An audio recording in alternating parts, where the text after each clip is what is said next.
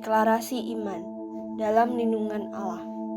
Orang yang duduk dalam lindungan yang maha tinggi dan bermalam dalam naungan yang maha kuasa akan berkata kepada Tuhan, tempat perlindunganku dan kubu pertahananku, Allahku yang kupercayai. Sungguh, dialah yang akan melepaskan engkau dari jerat penangkap burung, dari penyakit sampar yang busuk. Dengan kapaknya ia akan melindungi engkau. Di bawah sayapnya engkau akan berlindung. Kesetiaannya ialah perisai dan pagar tembok. Engkau tidak usah takut terhadap kedahsyatan malam, terhadap panah yang terbang di waktu siang, terhadap penyakit sampar yang berjalan di dalam gelap, terhadap penyakit menular yang mengamuk di waktu petang. Walau 1.000 orang rebah di sisimu dan 10.000 di sebelah kananmu, tetapi itu tidak akan menimpamu. Engkau hanya menontonnya dengan matamu sendiri dan melihat pembalasan terhadap orang-orang fasik. Sebab Tuhan ialah tempat perlindunganmu, yang maha tinggi telah kau buat tempat perteduhanmu. Malah petaka tidak akan menimpa kamu, dan tulah tidak akan mendekat kepada kemahmu. Sebab malaikat-malaikatnya akan diperintahkannya kepadamu untuk menjaga engkau di segala jalanmu. Mereka akan menatang engkau di atas tangannya, supaya kakimu jangan terantuk kepada batu. Singa dan ular tedung akan kau langkahi, engkau akan menginjak anak singa dan ular naga. Sungguh, hatinya melekat kepadaku, maka aku akan meluputkannya. Aku akan membentenginya sebab ia mengenal namaku. Bila ia berseru kepadaku, aku akan menjawab. Aku akan menyertai dia dalam kesesakan. Aku akan meluputkannya dan memuliakannya. Dengan panjang umur akan kukenyangkan dia, dan akan kuperlihatkan kepadanya keselamatan daripadaku. Amin. Shalom teman-teman yang terkasih dalam Tuhan. Shalom. Yang bersuka cita katakan haleluya. Haleluya. Mari sama-sama teman-teman, aku mau ajak kita untuk bersatu dalam doa. Terima kasih Tuhan Yesus, terima kasih Bapa yang baik Tuhan. Pada hari ini Tuhan, kami mau datang ke dalam hadirat-Mu Tuhan. Kami percaya Tuhan, Engkau hadir Tuhan dimanapun kami berada Tuhan. Biar hari ini Tuhan menjadi hari perjumpaan kami Tuhan. Setiap pribadi lepas pribadi dengan Engkau Tuhan. Biar melalui setiap pujian penyembahan yang kami naikkan Tuhan, nama Tuhan dipermuliakan Tuhan. Banyak jiwa-jiwa yang dimenangkan Tuhan. Terima kasih Tuhan, terima kasih Tuhan. Kami mau memuji-Mu Tuhan. Yes Tuhan. Yes Tuhan.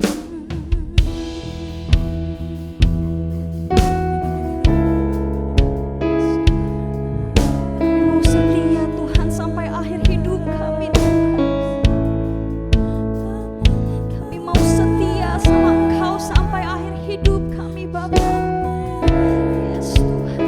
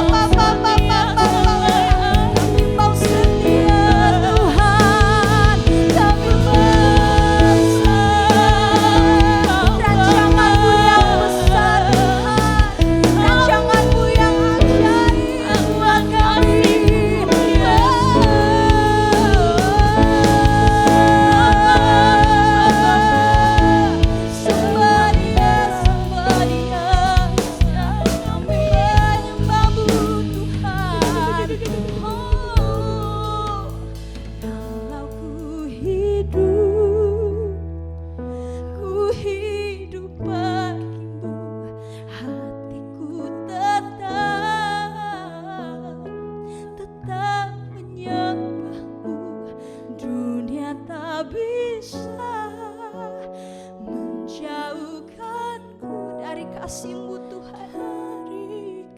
Biar selama kami hidup Tuhan, hidup kami hanya untuk-Mu Bapa.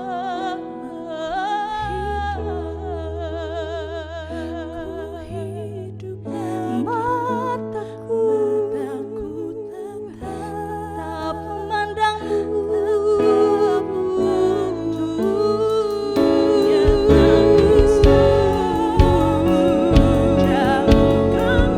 Dari kasih-Mu, mari sama-sama sekali lagi katakan, kalau Ku hidup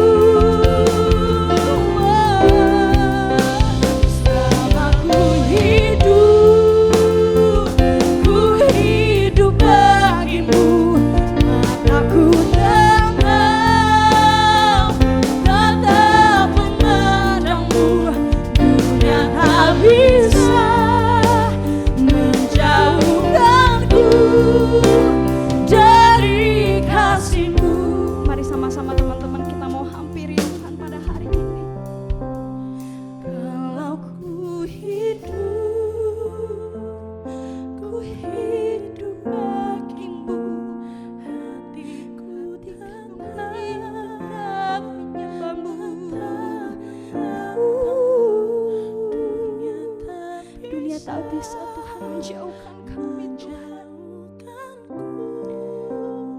dari kasih-Mu.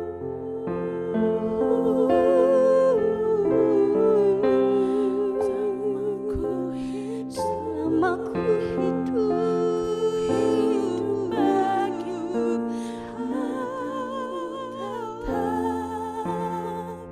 tetap memandangmu. Dunia tak bisa menjauhkanku dari kasih-Mu. Sama-sama katakan, dunia tak bisa, dunia tak bisa, dunia tak bisa menjauhkanku dari kasih-Mu. Dunia tak bisa Tuhan, dunia tak bisa menjauhkanku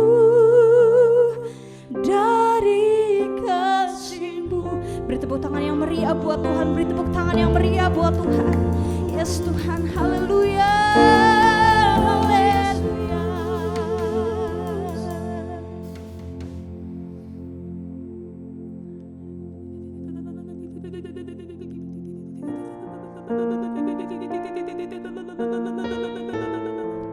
Sama-sama kita mau satukan hati kita, teman-teman. Kita mau angkat roh setiap kita hari ini, teman-teman.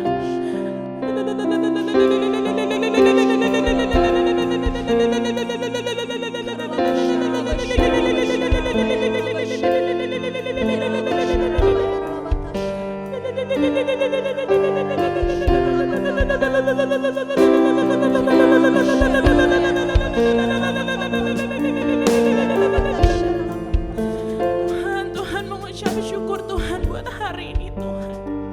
Makasih Tuhan buat hadirat-Mu Tuhan. Makasih Tuhan buat roh-Mu Tuhan. Makasih Tuhan kalau misalnya kami boleh berjumpa sama Engkau hari ini Tuhan. Tuhan hari ini Tuhan, ini setiap kami anak muda-Mu Tuhan. Anak-anak muda-Mu Tuhan, hari ini Tuhan kami mau satuin hati kami Tuhan. Kami mau angkat tangan kami Tuhan. Kami mau berdoa Tuhan buat setiap keluarga-keluarga yang ada Tuhan saat ini Tuhan.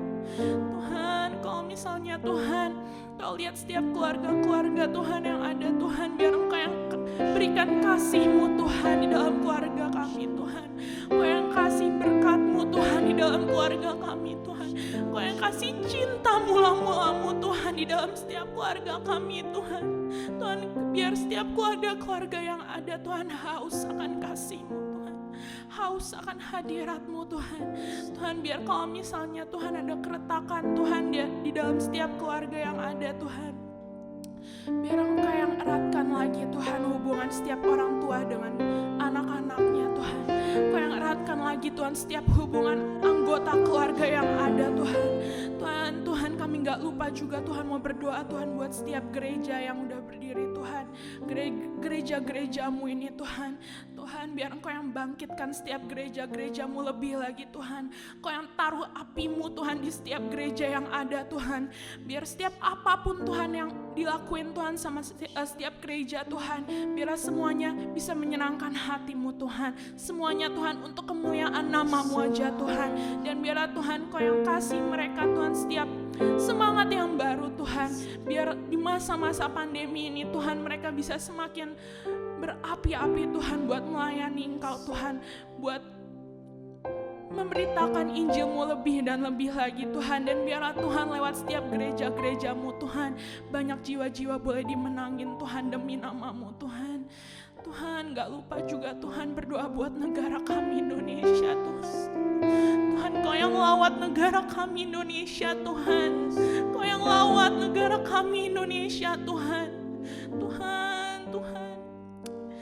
biar lewat kasih-Mu Tuhan boleh ada Tuhan Indonesia yang damai Tuhan. Hari ini Tuhan kalau misalnya ada pandemi Tuhan, biar Engkau yang berkatin Indonesia Tuhan. Engkau yang berkatin setiap pemerintahan yang ada Tuhan. Biar lewat mereka Tuhan boleh ada rancangan-Mu yang terjadi Tuhan, yang terbaik buat Indonesia Tuhan. Kesembuhan boleh terjadi buat Indonesia Tuhan. Kami patahkan, kami hancurkan segala roh terorisme Tuhan, roh pemecah belah apapun Tuhan, kami patahkan hari ini juga di dalam nama Tuhan Yesus. Tuhan, terima kasih ya Bapa, terima kasih ya Tuhan, mengucap syukur buat hari ini Tuhan. Kalau misalnya hari ini Tuhan, kami mau dengerin ibadah Tuhan, kami mau dengerin sedikit pesan-pesan dari hatimu Tuhan, biar Engkau yang berkatin setiap kami, Engkau yang kasih hikmat ke kami, biar kami bisa ngerti apa yang Engkau mau Tuhan dalam hari-hari ini ya Bapa. Terima kasih ya Tuhan, hanya di dalam nama Tuhan Yesus kami sudah berdoa dan mengucap syukur. Haleluya, amin.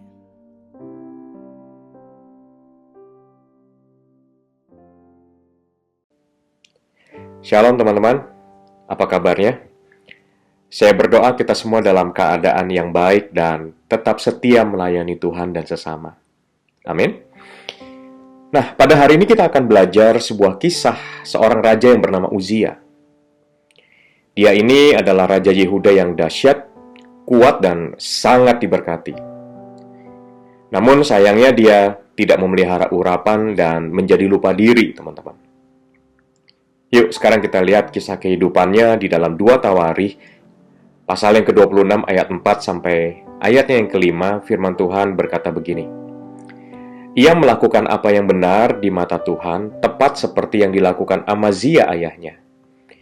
Ia mencari Allah selama hidup Zakaria yang mengajarnya supaya takut akan Allah. Dan selama ia mencari Tuhan, Allah membuat segala usahanya berhasil. Kita lihat tadi di dalam 2 Tawarikh 26 ayat yang keempat, Alkitab mencatat ia melakukan apa yang benar di mata Tuhan. Tepat seperti yang dilakukan Amazia ayahnya. Artinya begini, Uzia itu mengikuti cara ayahnya di dalam mengikut Tuhan. Nah sekarang coba kita lihat bagaimana caranya ayahnya Uzia ini mengikut Tuhan. Nah, kalau kita baca di dalam 2 Tawarikh 25 ayatnya yang kedua, firman Tuhan menyatakan, ia melakukan apa yang benar di mata Tuhan, hanya tidak dengan segenap hati. Amazia, ayahnya Uzia, itu melakukan apa yang benar di mata Tuhan. Tetapi firman Tuhan mengatakan hanya tidak dengan segenap hati. Nah, Raja Uzia ini mengikut Tuhan tidak dengan segenap hati juga. Sama seperti Amazia ayahnya itu. Jadi kita bisa melihat bahwa Amazia tidak memberikan keteladanan yang benar kepada anaknya. Hanya sekadar menunjukkan ketaatan dari perbuatannya, tetapi tidak dengan segenap hatinya.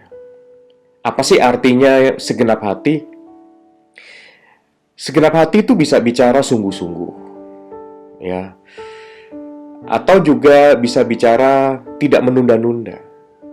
Nah, sekarang ini banyak anak-anak Tuhan yang menunda apa yang Tuhan perintahkan, sehingga yang dikerjakan itu tidak berdampak atau tidak menunjukkan hasil yang kuat.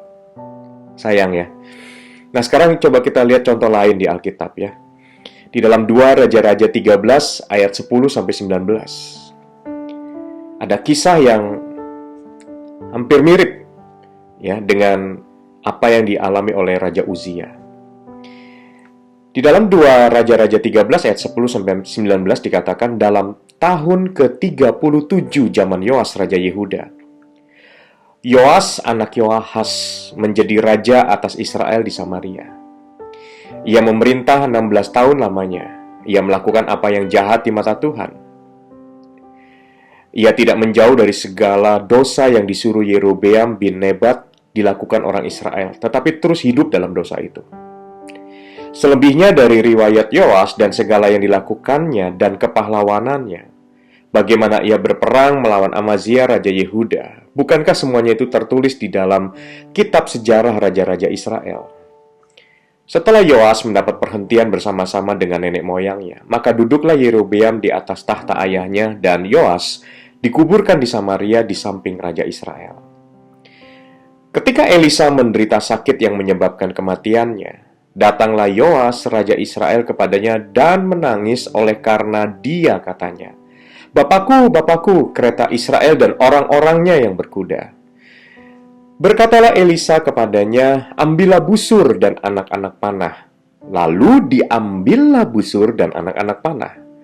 Berkatalah ia kepada Raja Israel, tariklah busurmu. Lalu ia menarik busurnya. Tetapi Elisa menaruh tangannya di atas tangan raja serta berkata, bukalah jendela yang di sebelah timur. Dan ketika dibukanya, berkatalah Elisa, panahlah. Lalu dipanahnya. Kemudian berkatalah Elisa, itulah anak panah kemenangan daripada Tuhan, anak panah kemenangan terhadap Aram. Engkau akan mengalahkan Aram di Afek sampai habis lenyap. Sesudah itu berkatalah ia, ambillah anak-anak panah itu. Lalu diambilnya. Setelah diambilnya berkatalah Elisa kepada Raja Israel, pukulkanlah itu ke tanah. Lalu dipukulkannya 3 kali, kemudian ia berhenti. Tetapi gusarlah abdi Allah itu kepadanya serta berkata, seharusnya engkau memukul 5 atau 6 kali. Dengan berbuat demikian engkau akan memukul Aram sampai habis lenyap. Tetapi sekarang hanya 3 kali saja engkau akan memukul Aram. Nah teman-teman, menarik sekali ya. Jadi Yoas ya, itu adalah seorang raja yang melakukan dosa Yerobeam, yang menganggap suara Tuhan itu tidak perlu didengar, teman-teman. Menjadi penyembah berhala. Tetapi kita lihat, ketika dalam pengepungan, Yoas ini mendatangi Elisa untuk minta petunjuk Tuhan. Jadi datangnya Raja Yoas ini kepada Tuhan itu ketika sedang ada di dalam masalah. Ketika hidupnya terpojok, baru cari Tuhan. Jadi Yoas mendatangi Tuhan ini karena ingin dilepaskan dari pengepungan. Tetapi hatinya tidak ke Tuhan. Nah, jadi itu yang membuat dia terlihat taat tetapi tidak mau melakukannya dengan segenap hatinya. Hasilnya tidak tuntas dalam menghadapi musuh. Kita lihat apa yang dilakukan oleh Yoas ini, segala sesuatu yang dikatakan oleh Elisa, Nabi Tuhan, semua dikerjakan loh. Tetapi karena hatinya tidak sungguh-sungguh ke Tuhan, hatinya bercabang, akibatnya dia lakukan semua yang diminta oleh Elisa sebagai Nabi Tuhan. Tetapi tidak dengan sungguh-sungguh, tidak dengan segenap hati. Disuruh mukul anak panah, dia lakukan cuma 3 kali. Dipikirnya cuma sebagai syarat kali ya. Tetapi ternyata di mata Tuhan itu adalah sebuah wujud ketidaksungguhan hati Yoas di dalam mengikut Tuhan. Nah, teman-teman, jadi melakukan apa yang benar kalau tidak dilakukan dengan segenap hati di dalam ketepatan, itu bisa menjadi sia-sia. Pondasinya lemah, teman-teman. Kalau di dalam Alkitab ada kisah tentang bagaimana membangun rumah di atas pasir. Nah, jadi apabila turun hujan, datang banjir, angin melanda rumah itu, lalu rumah itu jadi roboh. Nah, itu juga yang terjadi di dalam kehidupan Raja Uzia. Ya. Jadi ketika kita mengambil langkah-langkah ketaatan, kita ini belajar mempercayai Tuhan. Kita ini memperoleh pengalaman dalam mempercayai Tuhan, dan itu sebetulnya menambah keyakinan kita sendiri sih. Jadi kita lihat di sini di mana ketaatan kepada Tuhan yang dilakukan dengan segenap hati, hasilnya adalah ketepatan. Nah, teman-teman, yuk kita lihat sekarang, ya. Saat ini waktunya untuk kita menentukan kehidupan kita. Mau jadi orang yang biasa-biasa saja atau mau dibawa Tuhan naik ke level yang berikutnya.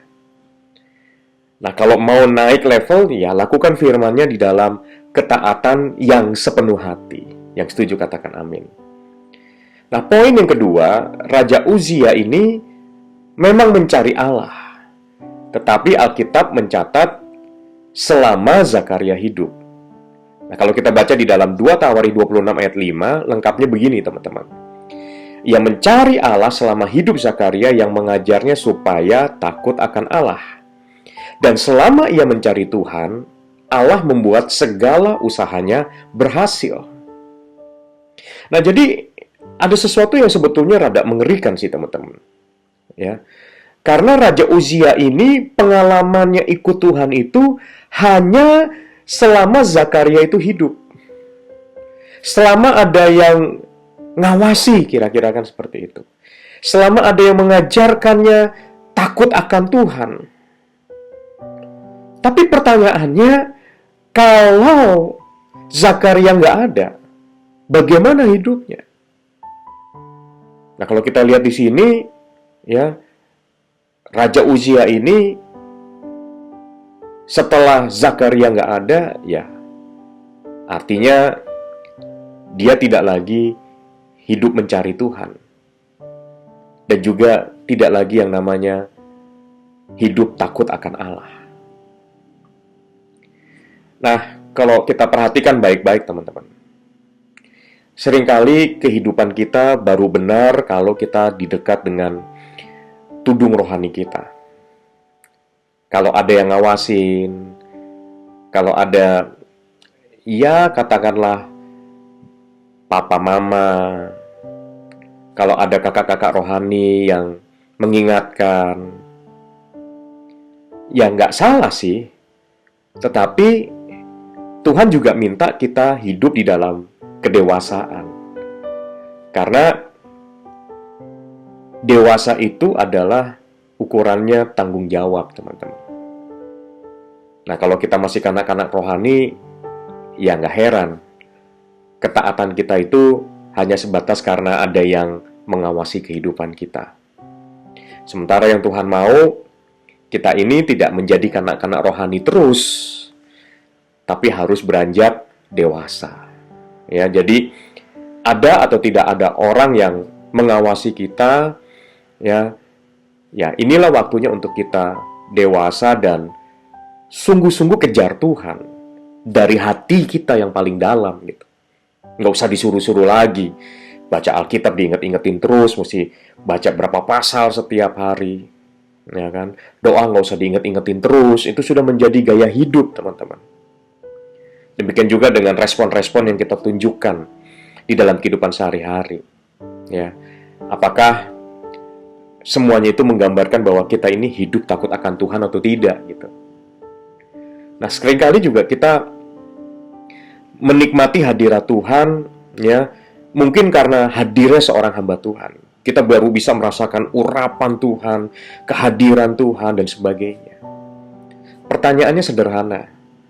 Kalau kita di rumah sendirian di dalam kamar, apakah kita juga merasakan hadirat Tuhan yang sama gitu? Ya. Jadi pertanyaannya di sini, seberapa dalam sebetulnya hubungan pribadi kita itu dengan Tuhan? Seberapa jauh kita dapat mengenali kehendak Tuhan gitu, teman-teman?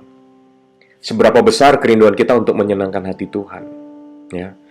Kerinduan kita untuk melayani Tuhan. Nah, sekarang ini waktunya untuk kita merenungkan kembali yuk. Selama ini apapun yang kita kerjakan di dalam pelayanan buat Tuhan, kita melakukannya di dalam kedewasaan atau ya kita melayani karena memang disuruh, kita baca Alkitab karena memang diingatkan untuk baca Alkitab. Ya. Jadi kita harus bisa melangkah lebih lagi, teman-teman. Ya. Kasih kita Tuhan kepada Tuhan itu bukan kasih selama. Artinya begini, ya selama saya diberkati ya saya cinta Tuhan deh, ya kan? Selama saya sehat, ya saya mengucap syukur. Ya, selama saya diberkati atau pemimpin yang memperhatikan saya, ya oke lah, saya akan rajin ke gereja, ya. Tetapi sebetulnya itu lemah banget. Sekarang coba kita renungkan yuk. Cintanya Tuhan ke kita itu adalah kasih agape, teman-teman. Kasih agape itu begini, kasih yang walaupun, ya. Walaupun saya ini berdosa, tapi justru kasihnya sedemikian besar buat saya sampai dia mau mati untuk tebus dosa saya. Nah, itu kasih Tuhan kepada kita. Nah, sekarang bagaimana kasih kita kepada Tuhan itu sendiri? Ya. Ada banyak orang yang gugur imannya, atau bisa dikatakan imannya tidak tahan uji karena kasihnya ke Tuhan itu adalah kasih yang dikatakan kasih selama dalam keadaan baik. Selama diberkati. Ya. Selama dalam keadaan yang sehat. Nah, tetapi saya sungguh-sungguh berdoa Roh Kudus akan membantu setiap kita untuk melakukan apa yang benar dengan segenap hati di dalam ketaatan, ya, dan kasih kita itu tetap berkobar-kobar, teman-teman, kepada Tuhan Yesus. Nah, sekarang coba kita lihat sedikit lagi ya tentang kejatuhan Raja Uzia sekarang. Nah, di dalam 2 Tawarikh 26 ayat 16, firman Tuhan tuh katakan begini, setelah ia menjadi kuat, ia menjadi tinggi hati sehingga ia melakukan hal yang merusak. Ia berubah setia kepada Tuhan Allahnya dan memasuki bait Tuhan untuk membakar ukupan di atas mezbah pembakaran ukupan. Nah, kalau kita lihat di sini sekarang, ya. Setelah ia menjadi kuat, ia menjadi tinggi hati. Seringkali tanpa sadar kita ini menjadi sombong. Nah, cara yang paling mudah untuk kita bisa memeriksa hati kita tuh sebetulnya sederhananya begini. Ketika kita mendengar firman Tuhan, kita bisa menerima semuanya enggak itu? Meskipun firman-nya itu keras buat kita. Tegurannya, nasihatnya itu nancep di hati kita. Apakah kita masih mau menerima firman Tuhan itu tanpa adanya pembelaan di dalam diri kita, tanpa kemudian kita melakukan pembenaran-pembenaran dari apa yang kita lakukan, gitu teman-teman. Ya, jadi kalau misalnya firman Tuhan itu bisa kita serap semuanya, dan kita ini memiliki rasa haus dan lapar akan kebenaran firman Tuhan, ya, kita bisa berkata ya terhadap apapun firman yang datang dalam hidup kita. Nah, artinya hati kita ini masih sehat, teman-teman. Ya. Tapi kalau kita ketika mendengarkan firman Tuhan dan di dalam diri kita ini ada bantahan, tolakan, ya, lalu kemudian reaksinya negatif terhadap firman, ya, bisa dikatakan kita sudah mulai menjadi sombong. Nah, yuk kita lihat sekarang sama-sama ya. Selama ini, apakah setiap firman yang kita dengar di dalam kehidupan kita bisa menerimanya di dalam kerendahan hati? Ya, kita bisa melihat bahwa ujungnya itu adalah Tuhan. Ya. Ujungnya itu adalah untuk kemuliaan Tuhan. Jadi ketika kita ngelihat ada orang lain lebih berhasil atau berhasil lebih dulu daripada kita, ya, bisa nggak kita bersyukur dan memuliakan Tuhan yang sudah memberkati orang itu? Atau jangan-jangan kita menjadi cemburu, menjadi iri hati, ya. Kan harusnya itu berkat buat saya. Kenapa dia yang dapat? Kan saya yang sungguh-sungguh, tapi kenapa dia yang diberkati? Misalnya kayak gitu, teman-teman. Ya. Nah, sekarang coba kita lihat lebih lagi ya. Kalau seandainya kita ini masih punya kerendahan hati dan terus mencondongkan hati kita kepada Tuhan, di dalam setiap pembicaraan kita tuh, artinya perkataan-perkataan kita itu godly banget gitu. Ya. Ada perkataan-perkataan Tuhan yang terucap melalui hidup kita. Ya, sehingga orang lain yang mendengarnya itu dikuatkan, dihibur hatinya. Ya. Kebaikan-kebaikan Tuhan itu terekspresikan melalui perbuatan-perbuatan kita. Seperti itu, teman-teman. Nah, sekarang berbanding terbalik jika kita udah nggak bisa makan firman lagi, ya, dan kita nggak mau lagi mengambil pelajaran dari firman Tuhan, artinya hati kita sudah menjadi keras. Dan bahkan kita mendengar firman itu tujuannya bukan untuk kita, tetapi untuk mulai sibuk menghakimi orang lain. Tuh kan, dengerin tuh firman Tuhan. Ya. Jadi bukan kitanya yang diubah, tapi kita maunya agar orang lain yang lebih dulu berubah, gitu. Dan itu yang membuat kita seringkali sibuk menghakimi dan menyalahkan orang lain dan bahkan melempar kesalahan kepada orang lain. Nah, kalau ini nggak ditanggulangi, teman-teman, maka di dalam Amsal 16 ayat 18 dikatakan begini, kecongkakan itu mendahului kehancuran, dan tinggi hati mendahului kejatuhan. Nah, Raja Uzia setelah ia menjadi kuat dan hebat, itu jadi sombong. Nah, disitulah awal dari kejatuhan dan kehancuran hidupnya, teman-teman. Jadi yuk kita harus berdoa, minta Roh Kudus bantu kita untuk kita bisa tetap memiliki kerendahan hati, ya. Sebab salah satu dari buah roh itu adalah apa? Rendah hati, ya, lemah lembut, teman-teman. Yang berikutnya, orang sombong, ya, bisa melakukan tindakan yang merusak. Berubah setia, ya. Menganggap bahwa kita ini yang lebih utama daripada orang lain. Nah, sekarang kita lihat aja caranya kita ngomong ke orang lain itu seperti apa. Apakah perkataan-perkataan kita ini seringkali menceritakan semuanya itu tentang saya. Apakah ketika kita bicara yang kita tinggikan itu diri kita sendiri? Dan bahkan ketika kita meninggikan diri sendiri, kita sambil merendahkan orang lain, gitu. Nah, itu kan bisa kita cek sendiri, teman-teman, ya. Apakah perkataan kita ini membangun dan memberi semangat kepada orang-orang yang letih lesu? Atau jangan-jangan perkataan kita ini justru membuat kehidupan orang lain itu menjadi berantakan. Nah, kita lihat ya bagaimana Raja Uzia ini berubah setia, teman-teman. Ya. Artinya dulu pada waktu masih mula-mula merangkak itu, teman-teman, kehidupannya ini dijagai banyak orang dan hidupnya ini benar di mata Tuhan. Hanya saja dia tidak melakukannya dengan segenap hati dan dia melakukan kebenaran firman Tuhan itu hanya selama ketika ada Imam Zakaria yang mengawasi. Tapi setelah itu dia menjadi tinggi hati, menjadi sombong, apalagi ketika dia menjadi sangat kuat, gitu ya.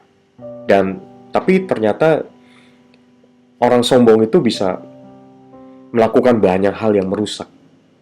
Bukan hanya dirinya sendiri, tapi juga merusak orang-orang yang ada di sekelilingnya, gitu. Nah, yang terakhir kita bisa lihat bahwa ya, dikatakan ia berubah setia kepada Tuhan Allahnya dan memasuki bait Tuhan untuk membakar ukupan di atas mezbah pembakaran ukupan. Nah, kalau kita lihat di sini, Raja Uzia mulai melakukan apa yang bukan menjadi bagiannya.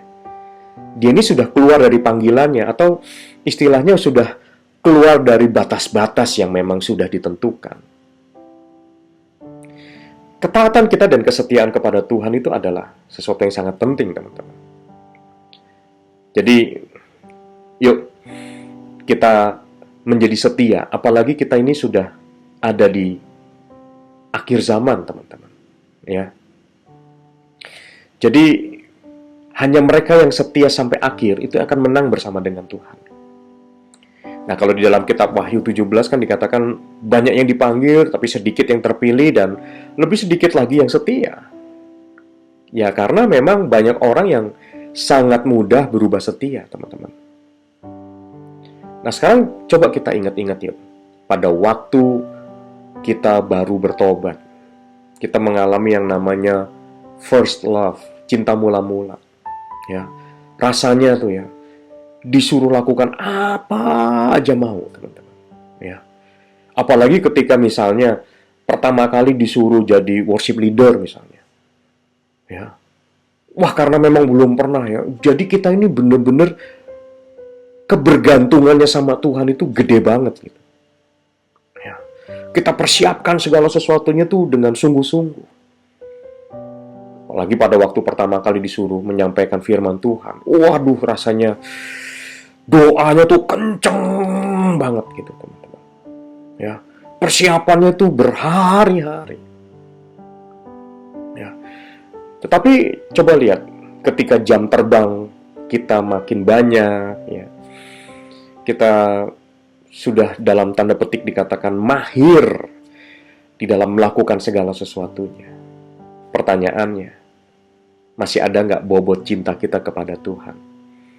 Sama seperti pada waktu kita mengalami cinta mula-mula kita kepada Tuhan. Jadi yuk, kita bangkitkan kembali kerinduan kita yang mendalam kepada Tuhan ya. Ingat firman Tuhan yang mengatakan bahwa di dalam Pengkhotbah 7 ayat 8 firman Tuhan ngomong begini. Akhir sesuatu lebih baik daripada awalnya. Panjang sabar lebih baik daripada tinggi hati. Jadi lebih mudah untuk memulai sesuatu daripada mengakhirinya, teman-teman. Dan yang paling penting mengakhirinya dengan setia. Ya. Jadi saya ingin mengajak teman-teman kita semua untuk kita lihat masing-masing ke dalam hati kita sendiri-sendiri. Ya. Apakah kita masih sungguh-sungguh setia dengan Tuhan dan melakukan segala sesuatu yang diperintahkannya dengan segenap hati? Nggak ditunda-tunda, ya. Tidak asal sekedar taat, tapi juga dengan segenap hati, teman-teman. Dan saya berharap kita semua sebagai generasi Yeremia adalah generasi yang memang dibangkitkan Tuhan di akhir zaman ini, yang cinta mati-matian kepada Tuhan, tidak kompromi terhadap dosa. Dan kita punya penugasan dari Tuhan sendiri untuk menyelesaikan amanat agung. Amin. Yuk kita berdoa. Bapak, terima kasih buat hari ini, buat firman-Mu. Biarlah kami boleh belajar untuk tetap setia kepada Tuhan. Bukan hanya pada saat kami memulainya, tetapi juga kami mau mengakhiri pertandingan dengan baik. Kami mau masuk garis finish dan kami mau tetap setia kepada Tuhan. Terima kasih buat firman-Mu yang mengingatkan kami untuk kami boleh terus melakukan kebenaran firman Tuhan dengan segenap hati. Baik dilihat ataupun tidak dilihat. Baik pada saat ada kakak rohani ataupun pada saat kami sendiri di kamar. Terima kasih Tuhan buat firman-Mu yang menolong kami untuk kami boleh melihat kedalaman hati kami masing-masing. Apakah kami mengasihi Tuhan dengan segenap hati, melakukan segala sesuatunya dengan sungguh-sungguh, dengan setia. Terima kasih buat firman-Mu yang boleh terus menumbuhkan dan mendewasakan setiap kami, Tuhan. Pakai setiap kami untuk menjadi penuai-penuai jiwa di akhir zaman. Dan kami mau terus mengerjakannya sampai kedatangan Tuhan yang kedua kalinya untuk menjemput kami semuanya. Terima kasih Tuhan, kami serahkan semua dalam tangan-Mu demi nama Tuhan Yesus. Kami berdoa dan mengucap syukur. Haleluya. Amin. Tuhan Yesus berkati teman-teman. Mari sama-sama kita angkat kedua tangan kita dan arahkan hati kita untuk menerima berkat daripada Bapa di surga. Kekasih-kekasih Tuhan, pulanglah dengan bawa berkat anugerah yang berlimpah daripada Bapa di surga. Melalui Putra yang tunggal Tuhan Yesus Kristus dan persekutuan yang manis dengan Roh Kudus menyertai kita semua mulai hari ini sampai Tuhan Yesus datang menjemput kita, bahkan sampai selama-lamanya. Yang diberkati sama-sama kita katakan amin.